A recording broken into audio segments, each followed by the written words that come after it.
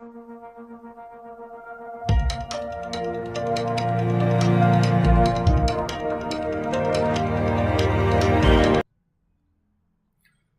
Everyone, welcome to the Learning Loop online educational platform.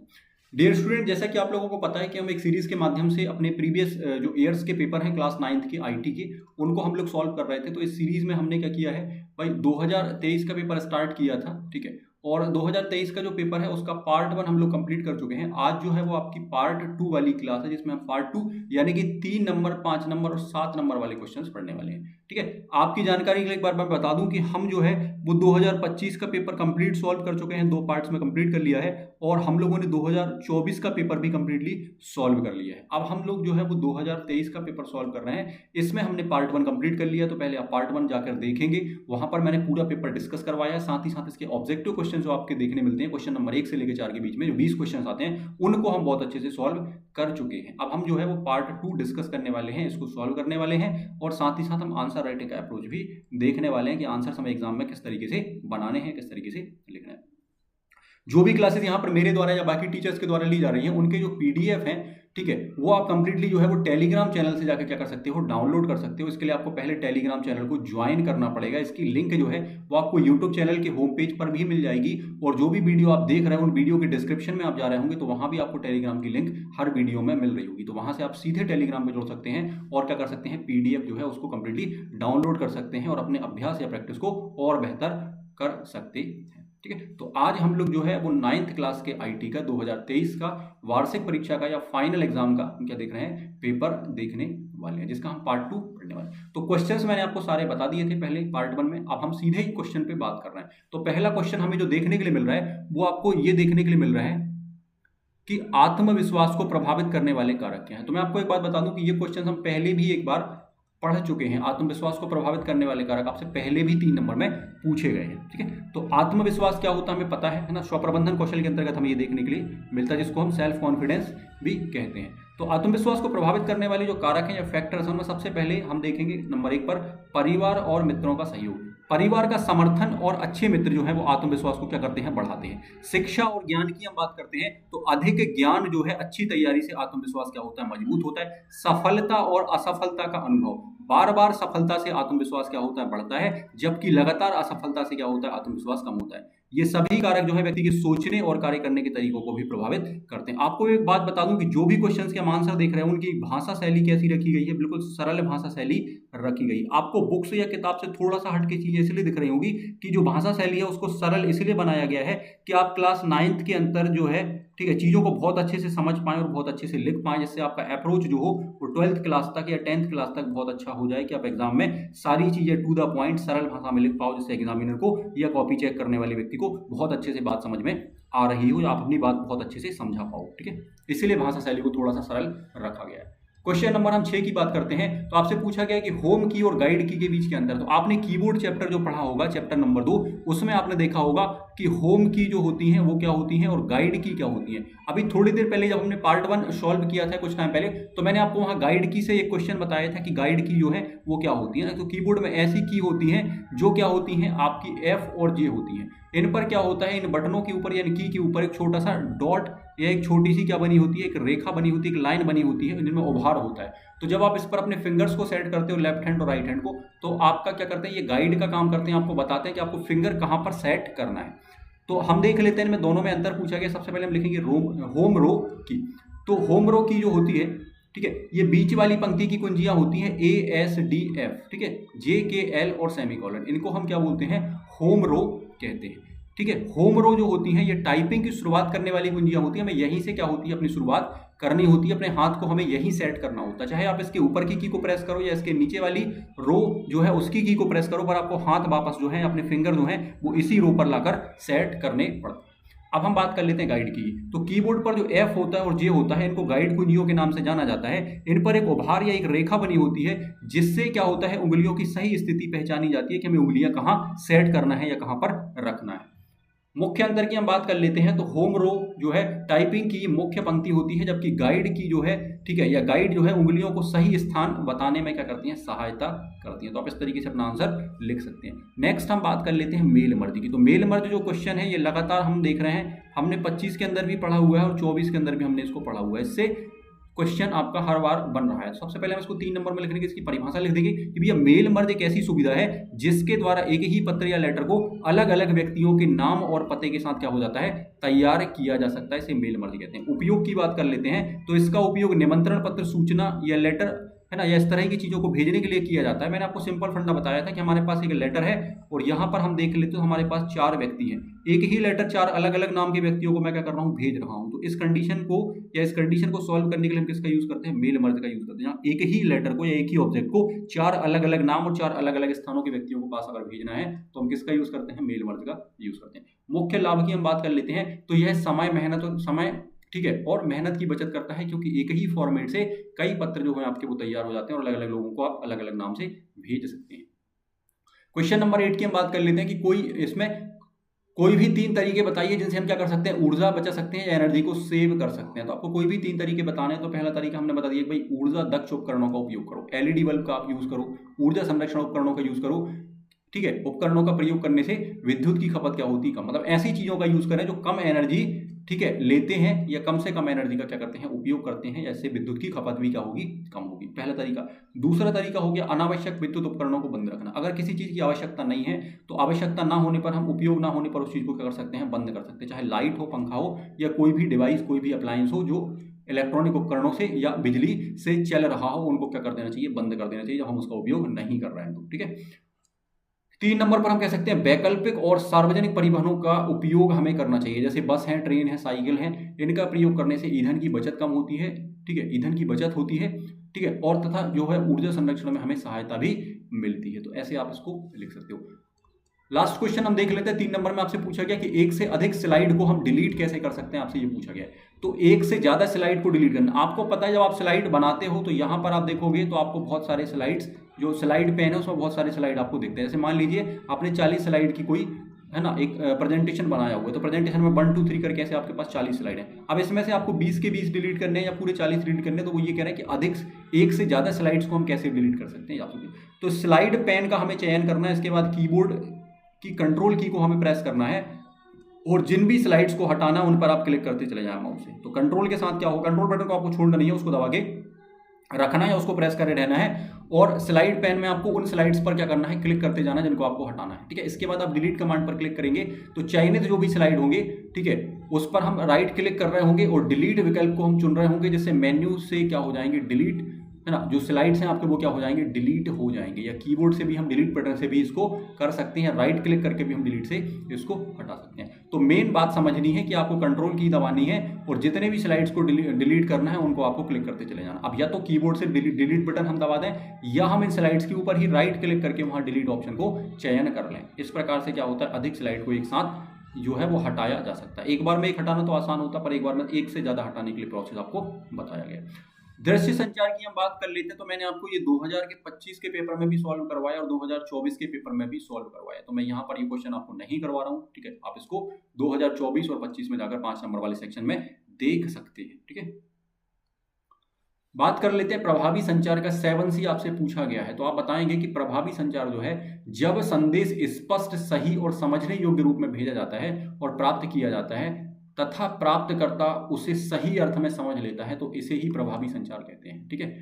इसको मैंने आपको बताया था 5 नंबर के हिसाब से आपको बिल्कुल शॉर्ट में लिखना है। ये 7C जो मॉडल है इनके सातों के नाम आप लिख सकते हैं कि C से क्लियर, ठीक है, अगले C से कंसाइज, है ना, कॉन्क्रीट, करेक्ट, कंप्लीट, कॉर्टियस, कंसाइडेड, ठीक है। तो ये सारे नाम हमने लिख दिए और इनको केवल एक लाइन में आपको बताना है। क्लियर का मतलब होता है कि संदेश साफ और सरल भाषा में होना चाहिए। कंसाइज का मतलब संदेश छोटा और अनावश्यक शब्दों से मुक्त होना चाहिए, ठीक है। कॉन्क्रीट का मतलब होता है तथ्य उदाहरण के साथ स्पष्ट जानकारी होनी चाहिए, यानी ठोस जानकारी होनी चाहिए। सही, करेक्ट मतलब संदेश में व्याकरण आदि जो त्रुटियां हैं वो नहीं होनी चाहिए, संदेश में व्याकरण जो है सही होनी चाहिए। कंप्लीट का मतलब पूर्ण, संदेश में आवश्यक सभी जो जानकारी है वो शामिल होनी चाहिए, ठीक है। शिष्ट का मतलब होता है भाव जो है, भाषा जो है विनम्र होनी चाहिए और सम्मानजनक होनी चाहिए, ठीक है ना। और नेक्स्ट हम बात कर लेते हैं संदेश जो है प्राप्तकर्ता की भावनाओं को समझ, है ना, भावनाओं और समझ को ध्यान में रखकर दिया गया हो या बनाया गया हो। तो इन 7C के सिद्धांतों का पालन करने से जो संचार है वो कैसा हो जाता है, इफेक्टिव हो जाता है या प्रभावी हो जाता है।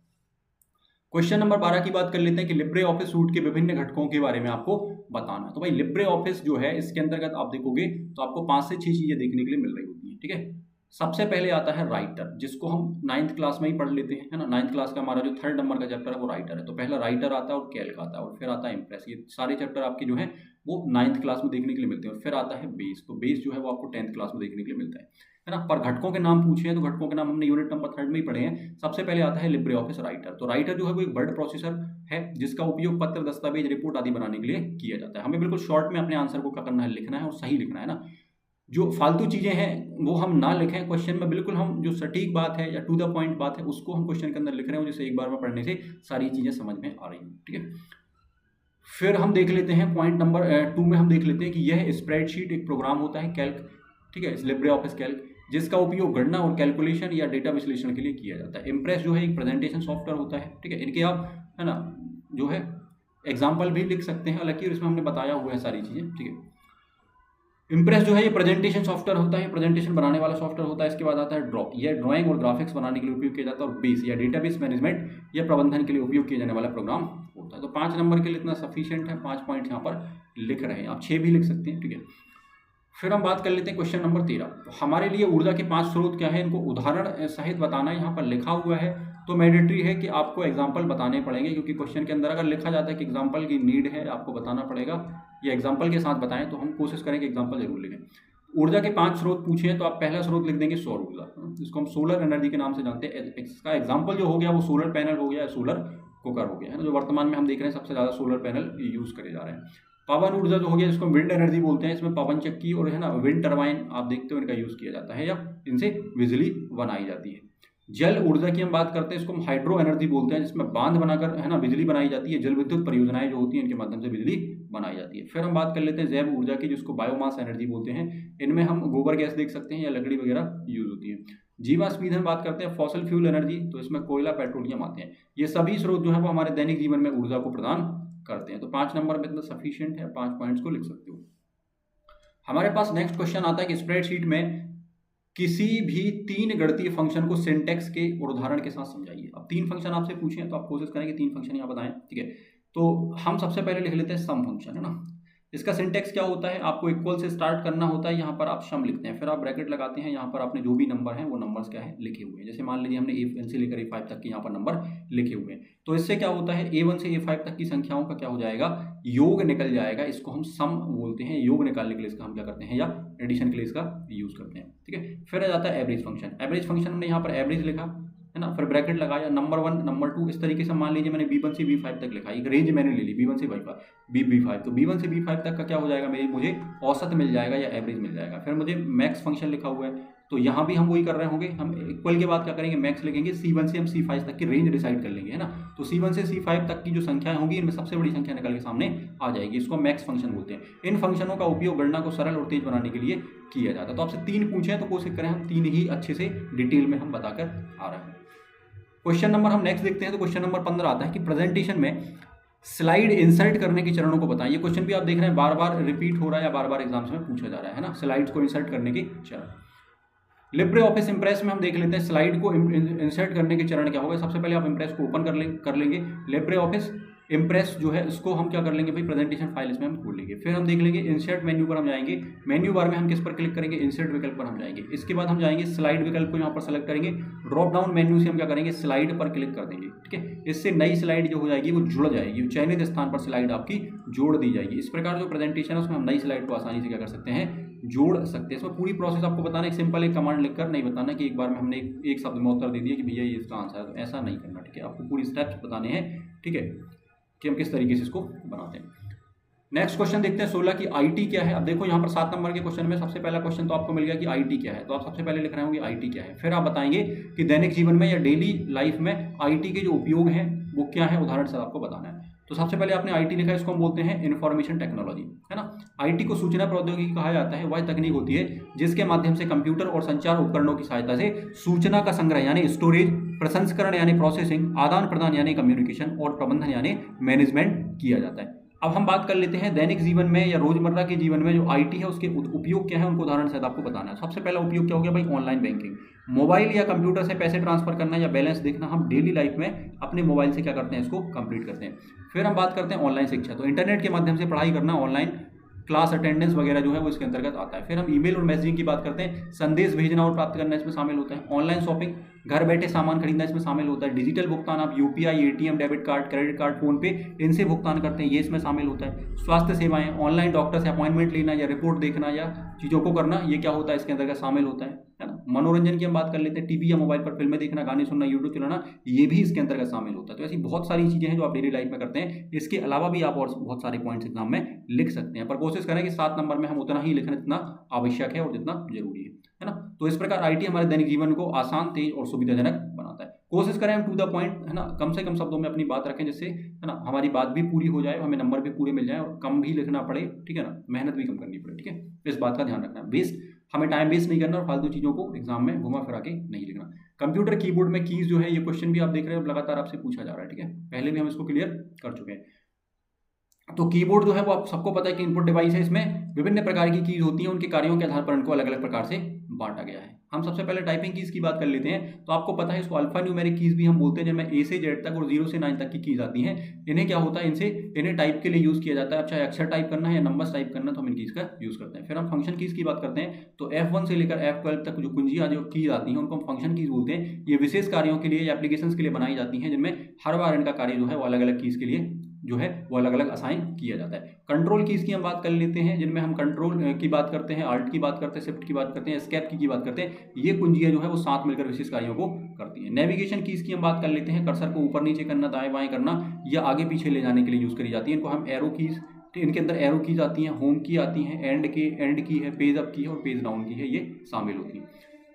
आगे हम देख लेते हैं 5 नंबर पर न्यूमेरिक कीपैड। ये अलग से एक बनाया जाता है जिसमें कैलकुलेशन या बैंकिंग संबंधी गणनाएं करनी है, तो एक आपको नंबर के लिए अलग से एक न्यूमेरिक पैड बनाया जाता है, इसको हम बोलते हैं न्यूमेरिक कीपैड, है ना। ये जो की है कीबोर्ड के दाएं भाग में स्थित संख्यात्मक कुंजियों के रूप में जाना जाता है, जिसका उपयोग तेजी से गणना करने और नंबर टाइप करने के लिए किया जाता है। अलग से ये बनाया जाता है। लैपटॉप वगैरह में आपको ये देखने नहीं मिलता, जो मेन कीबोर्ड होता है उसमें आपको ये देखने के लिए मिलता है, राइट साइड में आपको ये मिलता है। स्पेशल कीज की हम बात कर लेते हैं, तो स्पेशल कीज में आप देखोगे तो आपके सामने enter, space bar, back space, delete जो है ये जो है विशेष कार्यों के लिए उपयोग की जाती है। फिर हम बात कर लेते हैं टॉगल कीज। टॉगल कीज जो है इनमें कैप्स लॉक है, नम लॉक है, स्क्रॉल लॉक है, ये यूज करी जाती है। ये ऑन ऑफ की तरह कार्य करती हैं। इस प्रकार कीबोर्ड में विभिन्न प्रकार की कुंजियां या कीज होती हैं जो अलग अलग कार्यों के लिए उपयोग करी जाती है, ठीक। डायग्राम भी आप चाहें तो एग्जाम में एक छोटा सा ब्लॉक डायग्राम बनाकर आ सकते हैं। फिर आपसे पूछा गया शॉर्ट नोट में अंडो रीडो क्या होता है, कॉपी पेस्ट क्या होता है और आपका कट और मूव क्या होता है, तो इसको हमें ठीक तरीके से समझाना। सबसे पहले हमने ले लिया यहाँ पर अंडो और रीडो।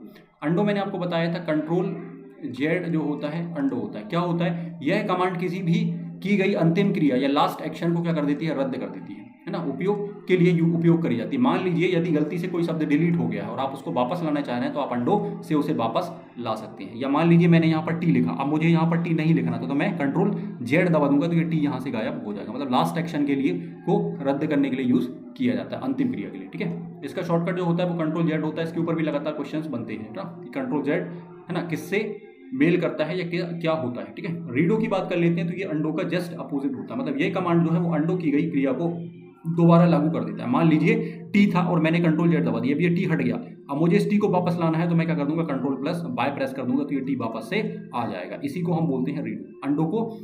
अंडो का जस्ट अपोजिट क्या होता है, रीडो होता है। कॉपी पेस्ट, आप सबको पता है कोई भी टेक्स्ट हमें एक पेज से दूसरे पेज या एक जगह से दूसरी जगह ले जाना है, तो हम कंट्रोल सी का यूज करते हैं। उस टेक्स्ट को सेलेक्ट करने के बाद हम कंट्रोल सी दबाते हैं और कहीं अन्य स्थान पर जाकर हम कंट्रोल भी दबा देंगे, तो वो चीज़ क्या हो जाएगी, कॉपी होकर वहां पर पेस्ट हो जाएगी। तो कॉपी करना कहलाता है किसी चयनित टेक्स्ट या ऑब्जेक्ट की प्रतिलिपि या डुप्लीकेट बनाना कॉपी कहलाता है, लेकिन मूल स्थान से हटाता नहीं है। हटाने के लिए क्या करना पड़ता है, पेस्ट करना पड़ता है। कॉपी किए गए टेक्स्ट या ऑब्जेक्ट को किसी अन्य स्थान पर चिपकाने के लिए या रखने के लिए क्या करते हैं, हम कंट्रोल भी को प्रेस करते हैं, तो क्या हो जाता है, वहां जाकर वो स्थान पर पेस्ट हो जाता है। फिर हम बात करते हैं कट और मूव। कट क्या होता है, तो चयनित टेक्स्ट या ऑब्जेक्ट को उस स्थान से अगर आपको हटाना है या क्लिपबोर्ड में भेज देना, मतलब वहां से हट जाए, अब दिखे ना, कॉपी करोगे तो वहां दिखता रहेगा, पर कंट्रोल अगर हमने एक्स दबा दिया तो अब ये वहां पर नहीं दिखेगा, है ना, ये क्लिप बोर्ड पर आ जाएगा और आप जहां ले जाना चाहोगे वहां चला जाएगा। ठीक है, तो इसको कंट्रोल एक्स बोलते हैं।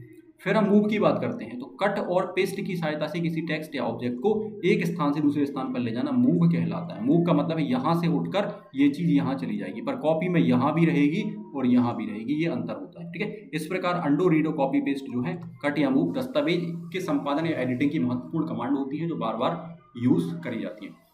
क्वेश्चन नंबर 19 की बात कर लेते हैं। आपसे कह रहे हैं इलेक्ट्रॉनिक स्प्रेडशीट की मुख्य विशेषताएं बताइए, है ना। तो सबसे पहली विशेषता हो गई डेटा प्रविष्टि यानी डेटा एंट्री। स्प्रेडशीट में डेटा को पंक्तियों यानी रो और स्तंभ यानी कॉलम्स में दर्ज किया जाता है। फॉर्मूला एवं फंक्शन, गणना करने के लिए विभिन्न सूत्र और बिल्ट इन फंक्शंस होते हैं, जैसे सम हो गया, एवरेज हो गया, ठीक है, आदि का उपयोग करके हम क्या करते हैं, कैलकुलेशन को फास्ट बनाते हैं। स्वचालित गणना जिसको हम ऑटोमेटिक कैलकुलेशन बोलते हैं, डेटा में परिवर्तन होने पर परिणाम जो है वो स्वतः ही क्या हो जाते हैं, अपडेट हो जाते हैं। आपने एक्सेल शीट में देखा होगा कि हमने कोई फॉर्मूला लगाया हुआ है पर वहां वैल्यू बदल रहे हैं, तो आप रिजल्ट पर प्रभाव नहीं पड़ेगा, जो रिजल्ट सही आना था वो रिजल्ट सही आएगा। वैल्यूज हम बदल देते तब भी ये ऑटोमेटिक क्या हो जाता है, कैलकुलेट कर लेता है। जो नई वैल्यूज है उनके साथ भी आपका फॉर्मूला अप्लाई हो रहा होता है। डेटा संपादन या डेटा एडिटिंग की हम बात करते हैं, डेटा को आसानी से जोड़ना, हटाना और संशोधित करना भी संभव होता है। और आगे हम चले जाएं तो चार्ट एवं ग्राफ, डेटा को ग्राफ या चार्ट के रूप में प्रदर्शित किया जाता है। डेटा शॉर्टिंग और फिल्टरिंग, डेटा को क्रमबद्ध यानी असेंडिंग और डिसेंडिंग भी आप कर सकते हैं तथा आवश्यक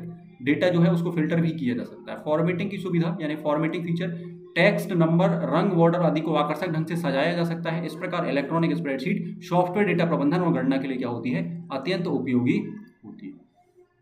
नेक्स्ट हम बात कर लेते हैं क्वेश्चन नंबर 20, विभिन्न टूल बार को आपको बताना है ना। तो लिब्रे ऑफिस में कार्य को आसान और तेज बनाने के लिए बहुत सारे जो टूल बार हैं वो उपयोग या उपलब्ध होते हैं और उनका उपयोग किया जाता है। सबसे पहले हम बात कर लेते हैं स्टैंडर्ड टूल बार। इनमें new, open, save, print, cut, copy, paste, है ना, अंडो, रीड आदि ऑप्शंस या कमांड हमें देखने के लिए मिलते हैं। फिर फॉर्मेटिंग टूल बार की बात करते हैं, तो टेक्स्ट का फोल्ड साइज है, रंग है, बोल्ड, इटैलिक, अंडरलाइन आदि करने के लिए क्या है, आपको फॉर्मेटिंग टूल बार दिया जाता है। ड्राइंग टूल बार की बात करते हैं, इसमें आकृतियां होती हैं, सेप होते हैं, है ना, लाइन, एरो, टेक्स्ट बॉक्स आदि आपको देखने के लिए मिल रहे होते हैं।